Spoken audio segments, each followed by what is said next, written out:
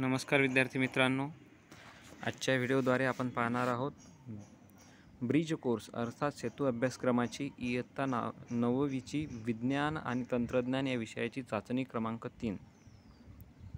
यामध्ये आपण प्रश्न आणि त्यांची उत्तरं यांचा समावेश केलेला आहे। त्याआधी जर तुम्ही या चॅनलवरती नवीन असाल तर या चॅनलला जरूर सबस्क्राईब करा, जेणेकरून तुम्हाला सर्व चाचणींचे तसेच सर्व ॲक्टिव्हिटीचे व्हिडिओ पाहायला मिळतील। चला तर पाहूया आता पहिला प्रश्न।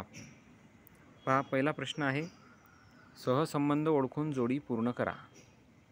यामध्ये पहिला प्रश्न दिला आहे अमिबा आणि त्याचा सहसंबंध दिला आहे प्रोटिस्टाशी। तर जीवाणूचा सहसंबंध कोणाशी येईल?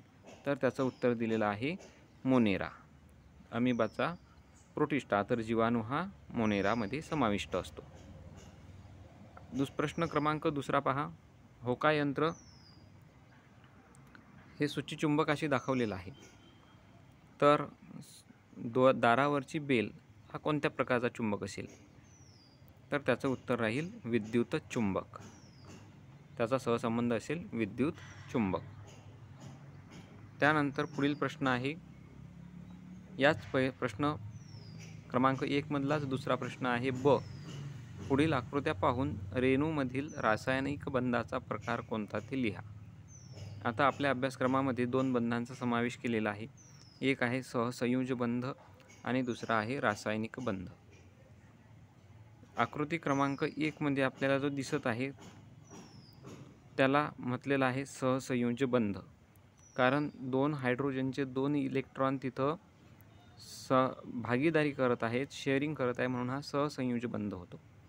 तर आकृती क्रमांक 2 मध्ये सोडियमचा आणि पोटॅशियमचा आयनिक बंध निर्माण झालेला आहे, कारण सोडियमने एक इलेक्ट्रॉन दिल्यामुळे त्याच्यावरती पॉझिटिव्ह आयन निर्माण झाला आणि क्लोरीनने एक इलेक्ट्रॉन घेतल्यामुळे त्याच्यावरती एक निगेटिव्ह आयन निर्माण झालेलं होतं। त्याच्यामुळे तिथं निर्माण झालेला जो अट्रॅक्शन आहे ते पॉझिटिव्ह आणि निगेटिव्ह आयनमधलं अट्रॅक्शन आहे, म्हणून याला आयोनिक बंध किंवा आयोनिक बॉन्ड असे म्हणतात। त्यानंतर पुढील प्रश्न आहे शास्त्रीय कारणे लिहा। त्यामध्ये पहिला प्रश्न आहे हे कॅलिडोस्कोपमध्ये नक्षीदार रचना तयार होतात। याचं काय कारण आहे? तर त्याचं कारण आहे परावर्तित प्रकाशाचे परावर्तन। म्हणजे प्रकाशाचं एक वेळेस परावर्तन होते आणि तो परावर्तित झालेला प्रकाश त्याचं पुन्हा कॅलिडोस्कोपमध्ये परावर्तन होते, त्याला म्हणायचं आहे परावर्तित प्रकाशाचे परावर्तन होत असल्यामुळे कॅलिडोस्कोपमध्ये नक्षीदार रचना तयार होतात। त्यानंतर नेक्स्ट क्वेश्चन आहे, सर्दी झाली असता शिंकताना नाकासमोर रुमाल धरावा। कारण याचं शास्त्रीय कारण काय आहे की सर्दीचे विषाणू हवेत पसरत असल्यामुळे सर्दी झाली असता शिंकताना नाकासमोर हात रुमाल धरावा, हे त्याचं शास्त्रीय कारण आहे। त्यानंतर पुढील प्रश्न आहे आकृतीचा। प्रश्न क्रमांक 3 पहा, खालील आकृतीवरून विचारलेल्या प्रश्नांची उत्तरे लिहा। पहा, आपल्या त्या आकृतीमध्ये आपल्याला आम्रवर्षा तिच्यासाठी कोणकोणते घटक कारणीभूत होतात आणि तिचा काय परिणाम होतो हे आपल्याला आकृतीमध्ये पाहिल्यास लक्षात येते। म्हणून त्यातला पहिला प्रश्न पहा, प्रश्न आहे कोणकोणत्या वायूंची ऑक्साईडे हवेत मिसळत आहेत? कोणकोणत्या वायूंची ऑक्साईडे हवेत मिसळत आहेत? तर आपल्याला तिथं पाहताना दिसेल की सल्फर डायऑक्साईड आहे, नायट्रोजन डायऑक्साईड आहे आणि कार्बन डायऑक्साईड तिथं दिसत आहे। त्यामधील प्रश्न ब, दुसरा प्रश्न आहे पडणाऱ्या आम्लयुक्त पावसात कोणत्या प्रकारचे आम्ल असेल? तर त्याच्यामध्ये सल्फ्युरिक ॲसिड आणि नायट्रिक ॲसिड हे दोन प्रकारचे आम्ल असतात। त्यातील पुढचा प्रश्न आहे आम्लवर्षेचा होणारा परिणाम सांगा।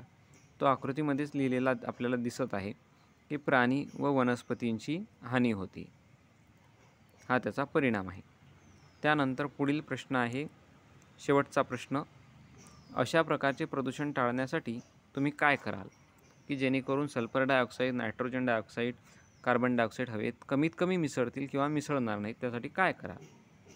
तर आपल्याला त्याचं उत्तर असं लिहिता येईल की कमीत कमी इंधनांचं ज्वलन करावं, जेणेकरून कमीत कमी ऑक्साईडे हवेत मिळतील आणि त्यासोबतच शुद्ध इंधनाचं वापर करावा, शुद्ध इंधन वापरावे, हे त्या प्रश्नाचं उत्तर इथं आपल्याला देता येते. त्यानंतर पुढील प्रश्न पहा, ओघ तक्ता पूर्ण करा. त्यामध्ये आपल्याला जीवांचा हा ओघ तक्ता आहे. त्यांचे दोन प्रकारात वर्गीकरण केलेलं दिसते, आदी केंद्रकी आणि दुसऱ्या याच्यामध्ये आपल्याला उत्तर लिहायचं आहे दृश्य केंद्रकी. दृश्य केंद्रकी. त्यानंतर आदी केंद्रकीमध्ये कोणाचा समावेश होतो, तर जीवाणूचा समावेश होतो असं इथे लिहायचं आहे. आणि दृश्य केंद्रकीमध्ये कोणाचा समावेश होतो, तर आदिजीव कवके आपल्याला लिहायचे आहेत आणि शैवाल आपल्याला लिहायचे आहेत. अशा पद्धतीनं हा प्रश्न आपल्याला इथं पूर्ण करता येतो. दिलेला तक्ता आपल्याला या पद्धतीनं पूर्ण करता येतो. त्यानंतर पुढील प्रश्न पहा, खालील आकृतींना चौकटीत चुकीची नावे दिली आहेत ती दुरुस्त करून लिहायची आहेत. आपल्याला दिसत आहेत की त्याच्यामध्ये पेशी दिसत आहेत आणि पेशीच्या बाहेरचं द्रावण दिसत आहे. जर बाहेरच्या द्रावणामध्ये कमी पाणी असेल तर पेशीमधलं पाणी बाहेरच्या द्रावणात जात असते आणि बाहेरच्या द्रावणात जास्त पाणी असेल तर ते पाणी पेशीमध्ये येत असते. आता इथं 3 आकृत्यांच्या खाली आपल्याला लिहिलेलं दिसत आहे समपरासरी, अवपरासरी आणि अतिपरासरी. परंतु आपण पाठ्यपुस्तकामध्ये किंवा ब्रिज कोर्सच्या ॲक्टिव्हिटीमध्ये जर पाहिलं आणि पाठाचा योग्य प्रकारे अभ्यास केला तर आपल्याला हे प्रश्न व्यवस्थित सोडवता येतात. पहा, पहिल्या आकृतीमध्ये जास्त पाणी असल्यामुळे ते बाहेर जाताना दिसत आहे, म्हणून त्याला म्हटलेलं आहे अतिपरासरी. दुसऱ्या आकृतीमध्ये पाणी आतमध्येही येत आहे आणि बाहेरही जात आहे, सारख्याच प्रमाणात राहत आहे, म्हणून त्याला म्हणतात समपरासरी. आणि तिसऱ्या ह्याच्यामध्ये बाहेरील पाणी आतमध्ये येताना आपल्याला दिसत आहे, म्हणून याला म्हणतात अवपरासरी. अशा पद्धतीनं हा प्रश्न आपल्याला इथं सोडवता आला आहे. त्यानंतर प्रश्न क्रमांक 6, ताऱ्यांच्या निर्मितीच्या टप्प्यांचा योग्य क्रम लावा. आपल्या ब्रिज कोर्सच्या ॲक्टिव्हिटी शीटमध्ये आपल्याला दिलेल्या पाठामध्ये पाहायला मिळेल. पुढील प्रश्न पहा, प्रश्न क्रमांक 6 आहे, ताऱ्यांच्या निर्मितीचा टप्प्यांचा योग्य क्रम लावा. आणि आपल्याला टप्पे दिले आहेत. पहिला टप्पा आहे तापमान व घनता वाढते. दुसरा टप्पा आहे अणुऊर्जा निर्मिती सुरू होते. तिसरा आहे वायूचा गोल प्रकाशित होतो. आणि चौथा टप्पा आहे तप्त वायूचा गोल तयार होतो. यातून आपल्याला योग्य क्रम लावायचा आहे. ब्रिज कोर्सच्या ॲक्टिव्हिटीच्या शीटच्या या शेवटच्या ॲक्टिव्हिटीच्या शीटमध्ये याचा उतारा दिलेला आहे. त्यानुसार जर पाहिलं तर आपल्याला असा क्रम लावता येतो. पहिला येतो तप्त वायूचा गोल तयार होतो, त्यानंतर तापमान व घनता वाढते, त्यानंतर पुढे अणुऊर्जा निर्मिती सुरू होते आणि मग वायूचा गोल प्रकाशित होतो. याप्रमाणे आपण ती टप्प्यांचा योग्य क्रम लावू शकतो. त्यानंतर पुढील प्रश्न आहे प्रश्न क्रमांक 7, प्रत्येकी 2 उदाहरणे द्या. त्यातील पहिला आहे नैसर्गिक विघटनशील पदार्थ. त्यामध्ये आपल्याला अनेक नैसर्गिक विघटनशील पदार्थ लिहिता येतात. त्यापैकी आपण 2 पदार्थ इथं देऊ शकतो. एक आहे मध आणि त्यानंतर कापडी पिशव्या. तर दुसरं आहे ध्वनीचे प्रसारण या माध्यमातून होते. कोणकोणत्या माध्यमातून होते ते आपल्याला इथं पाहता येते. प्रसारण होण्यासाठी माध्यमाची आवश्यकता असते. मग स्थायू, द्रव, वायू यातून ध्वनीचं प्रसारण होत असते, किंवा हवा, पाणी आणि लाकूड असे आपण इथं उदाहरणे त्याची देऊ शकतो. आता पुढील प्रश्न आहे प्रश्न क्रमांक 8, खालील आकृतीत प्रकाश परावर्तनाचे प्रकार आहेत, त्यांचे निरीक्षण करून फरक स्पष्ट करा.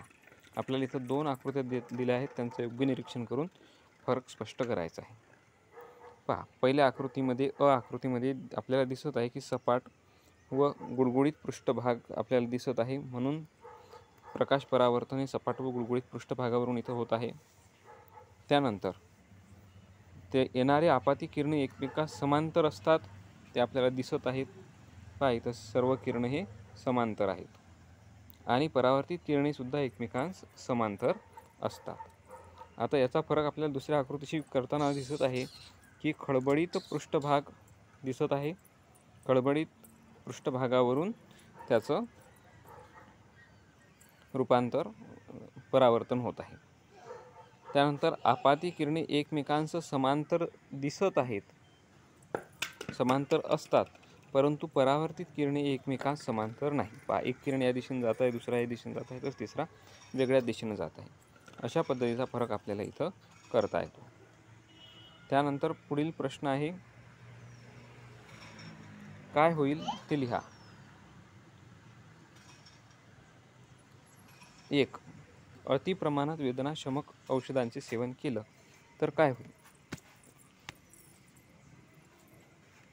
त्याचं उत्तर आहे चेतासंस्था, उत्सर्जन संस्था अशा विविध संस्थांवर आणि अवयवांवर त्याचा विपरीत परिणाम होतो.